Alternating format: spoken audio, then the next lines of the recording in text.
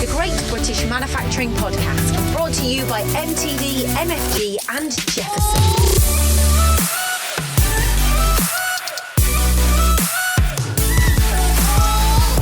Hello and welcome to the Great British Manufacturing Podcast. On this week's show, we review the latest positive news from the British manufacturing sector with companies such as Bentley, McCain and many more.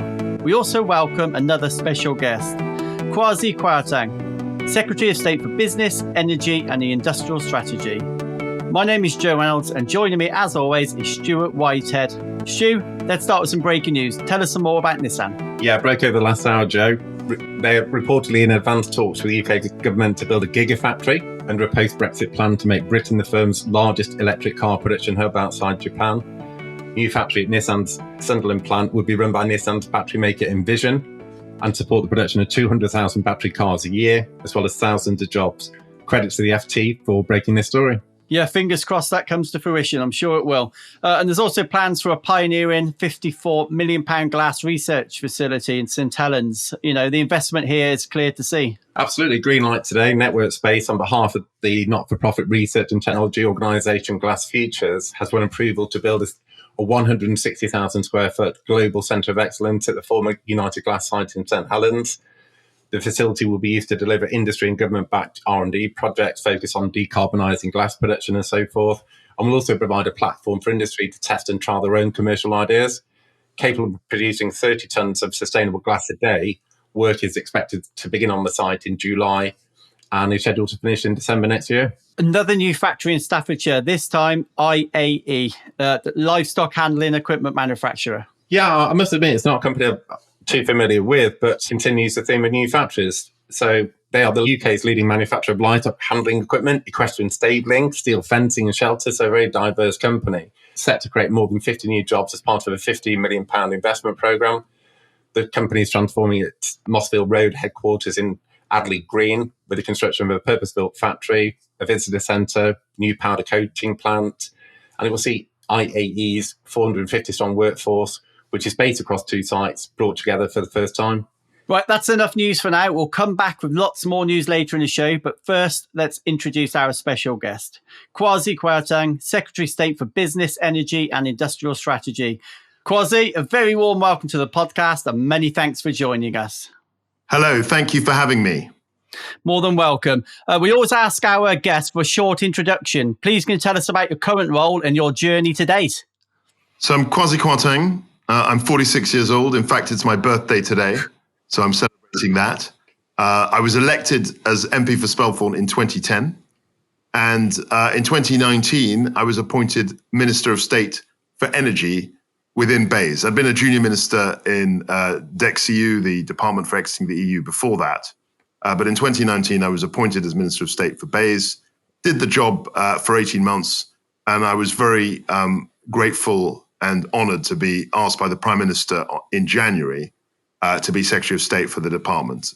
My predecessor and friend, Alok Sharma, went to head COP26, and because of that, I was asked to become Secretary of State. Fascinating insight and happy birthday. Thanks for joining us. Thank you. A question from a listener this time. Could you briefly explain the government strategy for bolstering manufacturing in the UK, please? I think we've been very focused on manufacturing. In fact, the manufacturing figures have been stronger than at any time pretty much in the last 20 years, the manufacturing growth. And what we're doing is we're talking to businesses, we're attracting investment. The free ports have been extremely well received. I was delighted to be up in Teesside where GE Renewable Energy announced their plans for a new blade manufacturing facility in Teesside. That's real investment. I think it was £142 million that they've committed. We've also got British Volt, who've announced that they are going to begin the UK's first gigafactory in Blythe in Northumberland. Johnson Matthey have also just opened a new battery technology centre in Oxfordshire. So we're having lots of conversations with businesses. We're encouraging manufacturing. And there's a real appetite out there to invest in Britain. Yeah, I echo Stuart's sentiments. Many happy returns for the day. Thank you. As the UK's leading manufacturing channel podcast, we wouldn't be doing our job if we didn't ask about the demise of the industrial strategy. We frequently get asked about plan for growth, Build Back Better, things like this, which I know the information is available online, but manufacturers, is there going to be anything dedicated to manufacturing sector? I think there's a huge amount, actually, we're thinking about manufacturing. My issue with the industrial strategy was that it was from 2017, and it would have had to be updated anyway. So, because 2017 was a completely different world. We didn't have Brexit. We hadn't landed. We hadn't achieved Brexit. We didn't have the COVID-19 pandemic to deal with. We didn't have any commitments to the Green Industrial Revolution and the 10-point plan and all the exciting developments that represents. So 2017 was a completely different time. And so when I became Secretary of State, the question then became, so what are we going to do with the industrial strategy? We had to update it. And then the question then became, so what are you going to call it? Are you going to call it Industrial Strategy 2.0, or are you going to call it something else? And we decided to call it something else. I think that we're a lot more focused than the old industrial strategy was. Even Greg Clark, who was the Secretary of State for Bays at the time, said the industrial strategy wasn't focused enough. It wasn't directed enough as far as I was concerned. And I think we've got an innovation strategy, which is looking at innovation. We've also got really advanced plans in terms of the net zero strategy, which has huge opportunity. And I've mentioned some of those new investments, huge opportunity for UK manufacturing. And I think we've got a much more focused and targeted approach than was the case with the old industrial strategy. No, it certainly makes sense. Do you think that's been communicated particularly well to the manufacturing community, though? I think we need to beat the drum for what we're doing more loudly.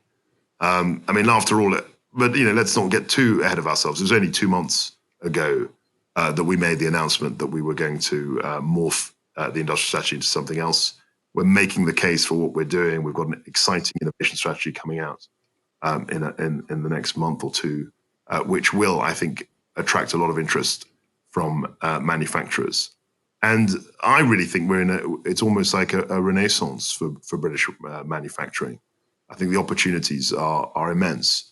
And there's I see, as Secretary of State, a renewed confidence in the UK. I speak to investors from all over the world, many from the Gulf states, many from America, even from Korea.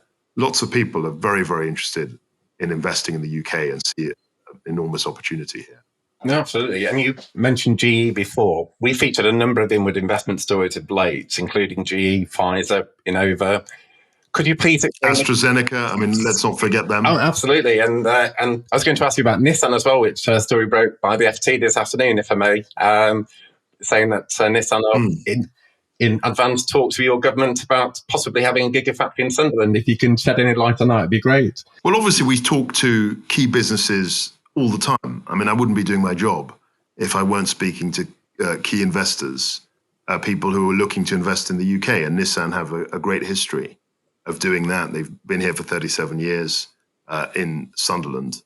And I'm very hopeful that we can advance conversations that will attract British investment. I can't speak investment in Britain, rather. I can't speak specifically about particular conversations we're having or the details of those conversations, but clearly I wouldn't be doing my job if I wasn't speaking to these kinds of key companies, top companies that have historically invested in us for decades now.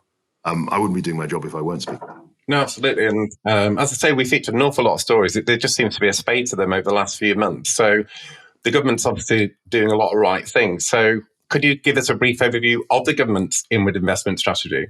So I think what was key, two things have happened that have been key to building up confidence in the UK as a place to invest. The first of them we all know about is, of course, the vaccine rollout, where we've administered something like 60 million doses, first and second doses. And this is far ahead of many other countries, certainly in Western Europe and around the world. It's a world-beating program. And that's given us the confidence to stick to the roadmap, to outline the roadmap and to stick to it. And that's clearly helping confidence. The second thing, which I think has been really important, has been the deal with Europe, the Brexit deal. Lots and lots of people for 5 years, you'll remember that time, we spoke about nothing else. It seemed as if we were speaking about Brexit all day, every day. And there was so much uncertainty about what would happen. People talked about the second referendum. People talked about no deal. People talked about Change UK. Do you remember them? The new party. The Lib Dems were going to surge and take everything over. The Corbyn surge we had. There was a huge political uncertainty around the UK. And I think the fact of the Brexit deal has meant that lots of people around the world realize that we're in a stable situation. The Brexit issue has been resolved. That doesn't mean all the difficulties have gone away, but the big question about whether we were in or out of the EU has been resolved, and that people are looking to invest. Now, my job as a Secretary of State is to encourage that investment, and we're doing that through things like the innovation strategy. We've done this with the net zero strategy, the 10-point plan. We've indicated to investors the kinds of investment we want to see. GE Renewable Energy, as I said, the blade manufacturing facility, that's directly related to the Prime Minister's 10-point plan. And I think we're in a world where, given the success of the vaccine rollout, people are looking to invest in the UK for cutting edge technology, great manufacturing businesses, good skills. And I think, contrary to what was said at the time, I think Brexit has been a great opportunity for the UK. The next 2 to 4 years, it's critical to the future of the automotive industry. If we don't get it right now, it could be lost forever. The government's committed 500 million over the next 4 years as part of a £1 billion commitment to the EV industry. It's a very difficult question to answer, but is that going to be enough money to potentially build this 2, 4, 6, 8 gigafactories, depending whatever number you think it will be? Well, obviously, the money that the government spends it will be magnified by the amount that the private investors put in. So it's not a case of the government essentially just writing taxpayers' checks with taxpayers' money to fund this investment. We have to attract the right operators, the right manufacturers, and I think we can do this. I think we've got the resources to do that. And I think for every pound the UK government invests, there will be multiples, 3, 4, 5 pounds probably. That can be invested by the private sector, and this investment, to the tune of billions, is actual real economic progress. It represents jobs. It represents investment in skills, in people. It represents supply chain opportunities. It's a huge benefit to the UK. And if we talk about the aerospace sector, that's obviously going through unprecedented changes for reasons we all know. What's the future for that industry? What's the government doing, to help them start planning a post-pandemic future? Yeah, aerospace has, as you know, been very challenging in the last year, particularly because aviation has stopped in many instances. And I represent Spelthorne, which is a constituency which is very near Heathrow. It's something like 500 yards south of Heathrow, and lots of my constituents work at Heathrow. So the aviation sector is something that is very close to my heart. In terms of how we're meeting the challenge, we're supporting aerospace R&D with something like £3.9 billion to 2026. We've got an Aerospace Technology Institute, the ATI program.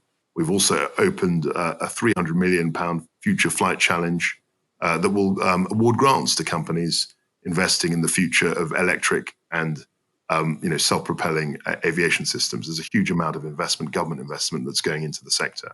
I speak to the sector a lot. In fact, tomorrow I will be going to Derby to see Rolls-Royce, who are clearly involved in the sector.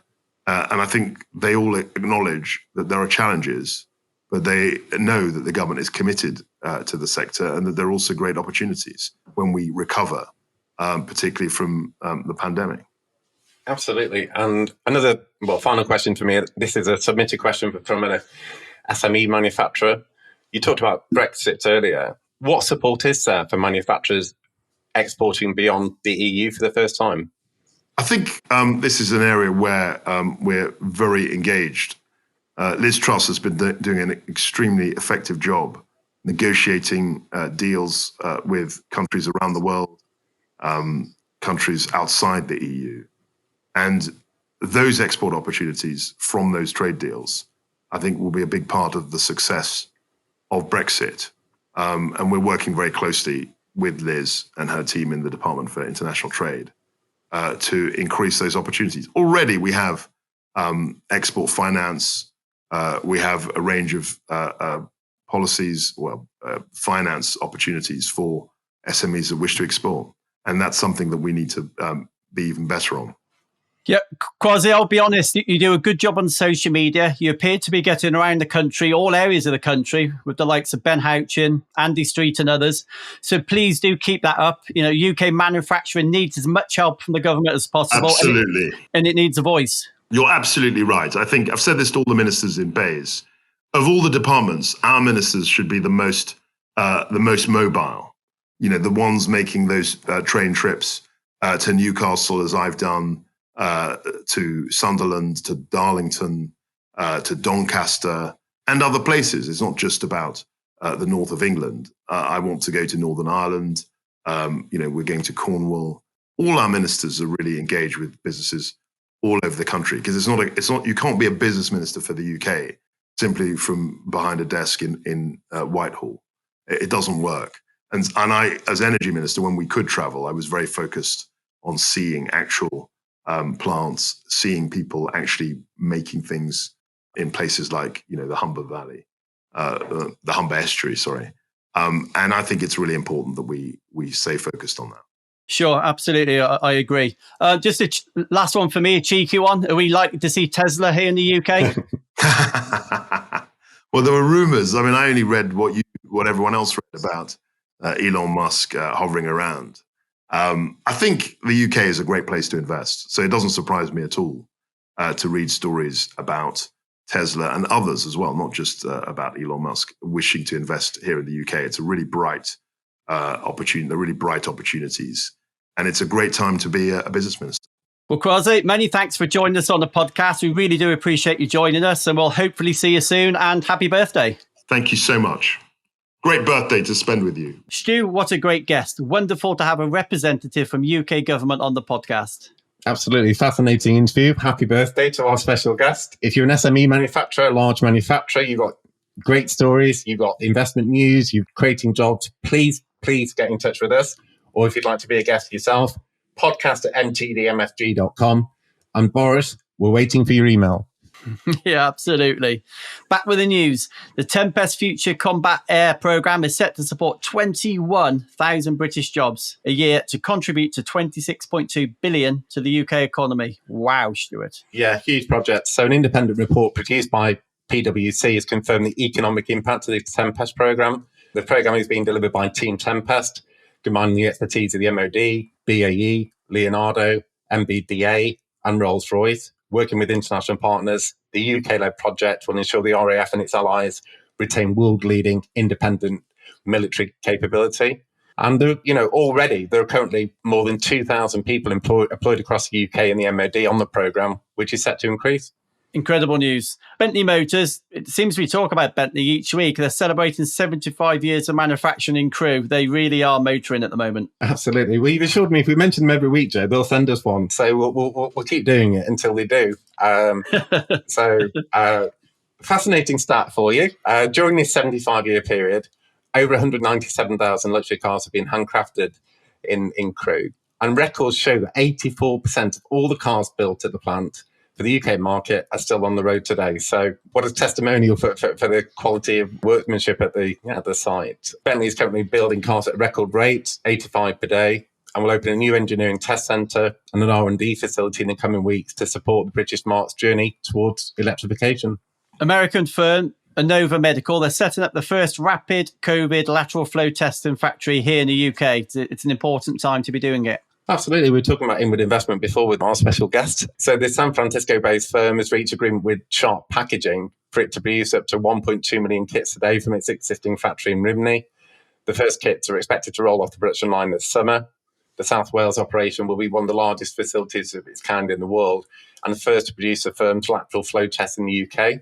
And the investment is expected to create more than 300 jobs. Astonish, they're building a new £20 million factory in Bradford. Astonishing, Stuart. Absolutely, Joe, yeah. And another new factory. So the family-owned manufacturer, which has supplied household cleaning products to some of the UK's biggest retailers for more than 40 years, is building a new £20 million site at Gain Lane in Enterprise Zone in West Yorkshire. The investment will almost double the firm's production capacity, create new jobs, and also facilitate the introduction of new product lines. And we've got some good news from food manufacturer McCain, Stuart. Absolutely. So the Canadian-owned firm, the world's largest manufacturer of frozen potato products, I think that's chips to you and me, Joe, has revealed plans for a redesign and upgrade of its North Yorkshire headquarters. The 34,000 square foot workspace at its Eastfield site in Scarborough is designed to attract and retain the best new talent and also to support a new hybrid model of working from both home and the office. In recent years, the firm has invested more than £100 million at the site and is one of the region's biggest employers, providing work for over 600 people. Well, that brings the end to this week's podcast. Please download the MTD MFG app for exclusive content. A huge thank you to Kwasi Kwarteng for giving us a first-hand account of where the UK manufacturing sector is at present.